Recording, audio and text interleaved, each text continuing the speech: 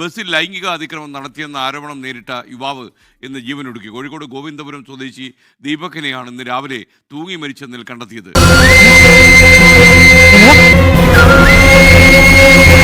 കഴിഞ്ഞ ദിവസം ബസ്സിൽ വെച്ച് ദീപക് തൻ്റെ ശരീരത്തിൽ സ്പർശിച്ചു എന്ന ഇൻസ്റ്റഗ്രാം ഇൻഫ്ലുവൻസറുടെ ആരോപണമാണ് അദ്ദേഹത്തിന് വലിയ സങ്കടമുണ്ടാക്കി, അദ്ദേഹത്തെ ആത്മഹത്യയിലേക്ക് നയിച്ചതെന്ന രീതിയിലുള്ള ആരോപണം ഉയരുന്നു.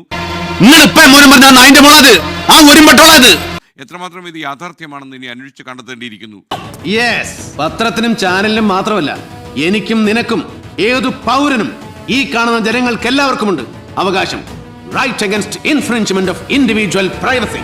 യുവതിക്കെതിരെ ആത്മഹത്യാ പ്രേരണയ്ക്ക് കേസെടുക്കണമെന്ന് ആവശ്യപ്പെട്ട് രാഹുൽ ഈശ്വർ എന്ന DGPക്ക് പരാതിയും കൊടുത്തു. എന്തായാലും ഒരു എസ്ഐയുടെ അധികാര പരിധി വെച്ച് എനിക്ക് കേസ് എടുക്കാമല്ലോ sir. Yes, thank you sir. ഈ സംഭവം വലിയ വിവാദമായിരിക്കുന്ന ഒരു ചെറുപ്പക്കാരൻ്റെ ജീവൻ പൊലിഞ്ഞു എന്നുള്ളത് നമ്മളെ വലിയ സങ്കടപ്പെടുന്ന കാര്യമായി ഒരു ആരോപണം. അത് മാത്രമല്ല, ബസ്സിൽ വെച്ച് പീഡിപ്പിച്ചു അല്ലെങ്കിൽ ലൈംഗികമായി ആ താല്പര്യത്തോടെ തൻ്റെ ശരീരത്തിൽ സ്പർശിച്ചു എന്നൊരു ആരോപണത്തിൻ്റെ മുനയിലാണ് ഒരാളിൻ്റെ ജീവൻ നഷ്ടമായത്. മക്കളെ ആവശ്യത്തിൽ കൂടുതൽ ആളിച്ച് വളർത്തിൻ്റെ ദോഷമായി അനുഭവിക്കുന്നേ. തല്ലേണ്ട പ്രായത്തെ അവരെ തല്ലിത്തന്നെ വളർത്തുമായിരുന്നു. ആണോ? ഇന്നലെ ഞാനൊരു പബ്ലിക് ബസ്സിൽ നിന്നുള്ള ഒരു വീഡിയോ ഷെയർ ചെയ്ത്. എന്താണെന്ന് വെച്ച് കഴിഞ്ഞാൽ, ഒരാള് മനഃപൂർവ്വം എന്റെ ശരീരത്തിൽ സ്പർശിക്കുന്ന ഒരു വീഡിയോ. ഇതൊരു ആക്സിഡന്റ് അല്ല, ഒരു മിസ്അണ്ടർസ്റ്റാൻഡിങ്ങും അല്ല. ഇത് മേജർ സൈക്കോളജിക്കൽ ഇഷ്യൂവും സെക്ഷൽ ബൗണ്ടറി വയലേഷനുമാണ്.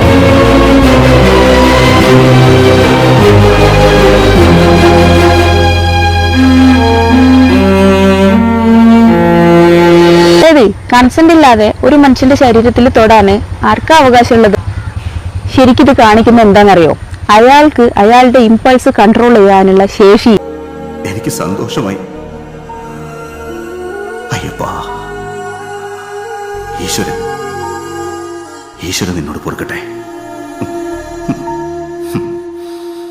കൊള്ളരുതാത്തവർ തങ്ങളുടെ സ്വാർത്ഥത കൊണ്ടും ക്രൂരതകൾ കൊണ്ടും നീതിമാന്മാരുടെ പാതയെ എല്ലാ വശങ്ങളിൽ നിന്നും ആക്രമിക്കുന്നു.